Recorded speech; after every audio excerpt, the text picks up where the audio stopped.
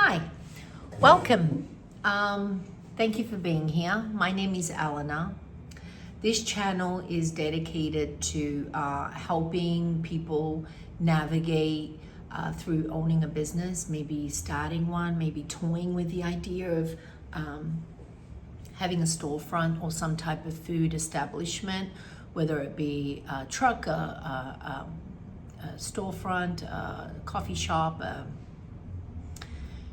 an internet business that deals with food and that you make from your own house. It doesn't matter. We'll deal with everything. So I will give you insights and talk about real issues that affect business people, that affect entrepreneurs especially, and that affect people in this industry. And also just what to expect, should you go into it? Is it for you? Did you make enough money? How to go about it? Maybe what to look out for. When I was starting, nobody gave me any advice. I didn't know where to go, what to do. There was no place to knock on the door and say, hi, help me. And what do I do when I do this? And what do I do? You just kind of navigate through, and you mirror a little bit of what's going on, but you're also trying to pave your own way and kind of be fresh and a new type of niche in your environment. So it's very, very hard to navigate even just the basics getting started. So this channel is really to help you go and do that. Just go and do that. And you can just refer back to my channel and say, oh, I'm at this place, or I'm getting a build out. What's she talking about build out? And so you have a kind of like me holding your hand a little bit, so to speak. And so it's not so overwhelming. It's not so, maybe you can ask me a question in the comments and things, and I'll do my best to respond. And maybe do a live one day. I don't know. I'm just starting it out. Just hold your horses. So welcome. All right, enough about that. Today's topic is going to be, should you do fresh, or should you do fake? Fresh food or fake food? Now, let's talk about fake food. Fake food is food that is pre-done, mass-produced. It may not even have real food in it. That includes, when you go to a supermarket and you get a cake, it's from a pre-made box, and a lot of cake places do that, but it's not really the best. I mean, it's not really the best. If you're buying, for example, lemon cake, let's go lemon cake. Do you want to do fake? So right now, a lot of mass-produced cake is $5 for a little thing. $5. When you think about that, one little lemon itself, you'll probably need 1 or 2 or 3 in a lemon cake, maybe 4. And they're 80 cents each, plus tax, plus petrol, plus. So just the lemon alone is going to cost you a couple of dollars, if not a few dollars. Just the lemon alone. But you're buying something for $5. Does that make sense? Is that making sense? Where's the profit? Where's paying the people who have made it, the petrol, the rent? Are you really getting a lemon cake? No, you're not. Snap out of it. You're not getting a lemon cake. You're getting a cake that's flavored lemon. So flavoring costs you how much? And color costs you not even a penny. Under a penny. Half a penny. A third of a penny. And $3. A third of a penny or a penny. Let's just be nice. Give it a penny. And $3. Just the lemon. So people often call in, how much is it? $4 a cookie? What? $4 a cookie? Well, one, you're buying fine pastry. You're not buying like chocolate chip. I mean, chocolate, I have chocolate chip and we sell it good, but you're buying fine pastry. You're buying like a truffle chocolate, something is equally level. You're buying something that's made by someone who knows how to make, so a pastry chef. You're buying something that has real lemon. Pennies, real.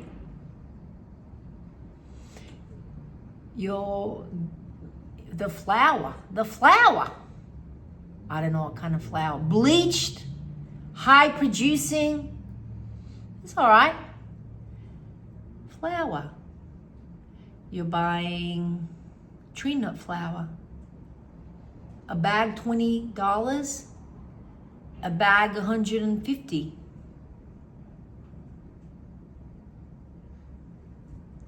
So people often ask why. Well, do I really need to sit here and educate you? Does the price alone not tell you that we're good? Does make from scratch here on the premises alone not tell you that you're buying real product? Do I have to sit there and teach you a course on the phone? Not to be mean, but sometimes I feel like this is all they're judgmental. So, do we want to produce fresh or do we want to produce fake? That's what I mean by fake. I'm not meaning food in the laboratory. I'm meaning not real, not fruits, not vegetables, not wheat, not cane, sugar, not real butter. That's what I mean. And most of what you buy in the supermarkets, in a lot of the bakeries, what they do is they get everything bought in. So they'll buy the whipped cream, but is it really whipped cream? Is that really? Does whipped cream sit in a box and hang out? I don't use that stuff. They buy everything produced. Cake mix, like you're going down to Walmart or Kroger and getting your cake mix. Same thing. They all do it. And then they sell it to you because they baked it in the kitchen. Go here, give me double the price. Or you go to the supermarkets. They all do the same thing. You go to the well-known ones and they're like, it looks so beautiful in the case. And you think you're at a pastry shop. But then you taste it and it's like, you pay good money for this stuff. Like, this isn't that good. Like, where's that Because you're not buying real stuff or very mass produced, cheap, not so good quality stuff. If that's your budget, hey, that's fine. I buy cheap stuff too. It's fine, But don't call me and go, it's expensive. Why are you so expensive? I'm not. Don't put your the fact that you can't afford it or you don't know or you understand or you don't understand the ingredients on me. Don't dump that on me and put me down for it and look at me funny or tone at me. And it has, it's not me. This is what it is, and this is what the industry calls. And on top of that, I've made it really good. I charge the same as La Durée, and mine is not mass produced. La Durée is kind of like a cheesecake factory. Beautiful. You go in there, beautiful. I love it. I love La Durée. I love La Durée. La Durée is just beautiful. It literally is like Willy Wonka's house. It's beautiful. When I went into Paris, La Durée, I felt like I was at Willy Wonka's house. It was beautiful. I mean, if I could be half of La Durée, oh my God. But their food is mass produced. Sorry, La Durée. Sorry. La Durée came over to the US and they started spreading around. I think the CEO moved over. I don't really know. It's just gossip. But anyway, so we're the same price as La Durée and we're not mass produced. I squeeze, real lemons, real good quality, high quality chocolate. I don't dilute anything. Nothing's diluted. It's so good. It's so good. And they're literally like eating little cakes, my macarons. They're like top notch. They're like equal to anything really high-end in Paris. In Paris. Save a trip, come to Macaron Tart. Anyway, so you get to pick what you want to do. And because everybody's doing mass, because that's what the corporates do. The corporates do mass. Because that's what they know how to do. Because everything is systemized. And everything has to be cheap, and everybody has to make a profit because they're shareholders. Oh my God. Hey, not knocking it. I love me some McDonald's, and I love me some Latteray, and I love me some Walmart. I'm not knocking anybody. I love everybody, but I am not everybody. I am unique. So I would recommend, if you want to get into this, that you be unique. Otherwise, they'll just keep going to Walmart. They'll just keep going to Wegmans and Kroger, or the bakery near their house. So they won't do that if you're unique. So you got to offer something unique. And the best way to do that is offer authentic food. Meaning, at least use the real stuff. Use real lemons. My supplier came in, and I go to a gourmet supplier. And she said, why don't you do powder? I mean, I'm buying from gourmet people. And she's like, but their job is to, supply hotels and mass production stuff. And she's like, why don't you use the powder? Everybody's using powder. Nobody uses real lemons. Powder? What? I don't eat powder. I mean, I don't mind eating powder, but I don't want to sell powder because that's not what I'm about. I'm about authentic. So if you do real, do real. If you're going to do all this, do real. Otherwise, why are you doing it? Why are you doing it? Because you're no different from the big boys, and nobody does the big boys like the big boys. You cannot compete with Walmart. I'm sorry, you cannot. And then you wonder why all these businesses go out of business after a year or two. Because they're competing with Walmart. Walmart is the kahuna, baby. You cannot compete with them. Okay? There's nothing wrong with Walmart. I love me some Walmart. I love me some, all these places. What's the other one that's big on the scene now? BJ's and, I don't know, the other place where, you think everybody thinks they have a restaurant, so they go there. Sam's Club or whatever, those places. I mean, their mass production is I went to, I believe, BJ's one time for my child's school. We had to bring in cupcakes. Well, we didn't have to. I'm the mom, I wanted to. And I work so much, I don't do cupcakes, so I just let me go get some cupcakes. And it was like 50 cents a cupcake, and I was like, wow, because I was a single mom. And I was like, wow, yes, please, thank you. But then I ate one. And it was literally Crisco. You know Crisco? It was Crisco. Why would you feed a child Crisco? Here, honey, kill yourself. Okay, I'm joking. Don't sue me. I mean, do you know what I mean? I don't know what it was. It probably wasn't Crisco. It was, something of this vicinity. Like artificial fat. It was artificial fat. Why would you give that to a child, let alone like a young child?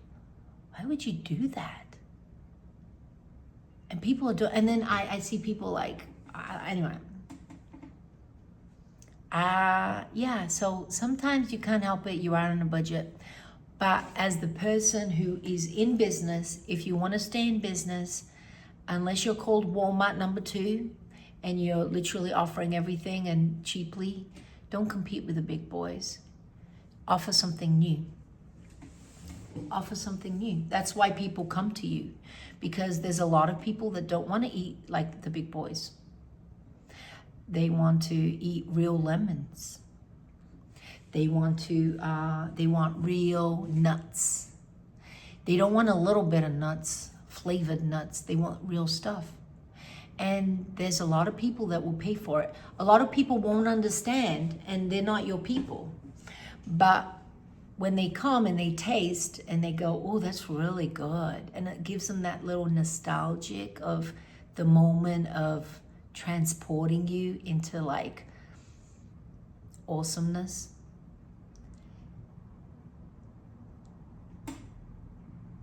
Yeah, to most people, that's worth double, triple, 10 times.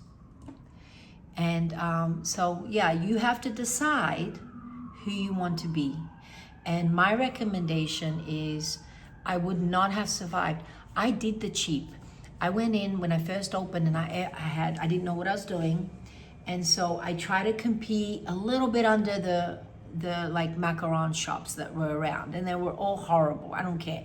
Macaron shops around here are just, and terrible. They're equal to anything in the supermarkets.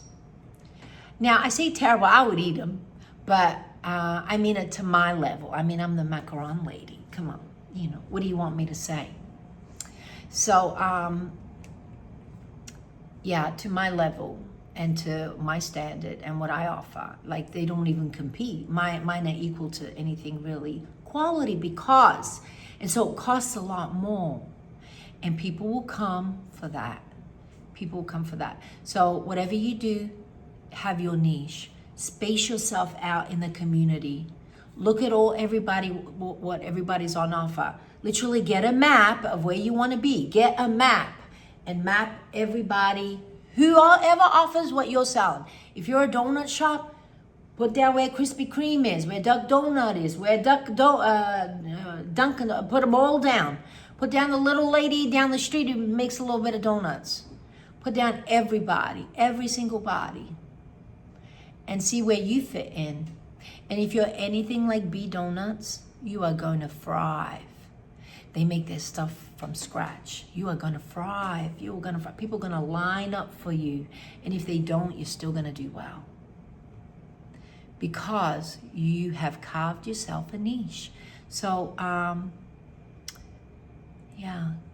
When I first started, I forgot to say before, sorry. I did do cheaper. I did like macarons really cheap. And like cheaper. And people were coming and buying them. But it didn't sustain me. It didn't sustain me. And I didn't show my worth. So people weren't getting it. Oh, they were really good. But now, food is one of those things that you cannot overcharge. If you overcharge, even if they think you're overcharging by their perception, you've lost somebody forever. So you really don't want to ever overcharge. And it's really hard when you're at the highest end product, meaning you use real butter. I mean, have you bought butter lately? Oh my God. Remember when eggs were like $30 for a box of 60? $30. And I never changed the price. I still offered them my macarons for $4. Oh my goodness. I was hoping it was a phase. So pick fake or real. Niche it. See who else is offering what. And even if you don't care about nobody else, who do you stand for? Are you fake? Now, there are some situations when you make things from scratch. You may make most of the stuff from scratch or half of the stuff. But if you make everything from scratch or most of it, it's so time consuming. It is so time consuming. You have to get into a little system. You have to hire people. If you do it yourself, you're working like an animal. So it's, you have to be in a really good groove and know what you're doing if you do that. And you have to have really high standards with your food quality. Because if you get someone sick, you've lost them forever, or you get sued. So you have to have really, really high standards. So my opinion from doing this is when you're really cheap, unless you're an organized system and equal to the big boys. Don't play with the big boys. Just do you. Do the quality, wonderful you.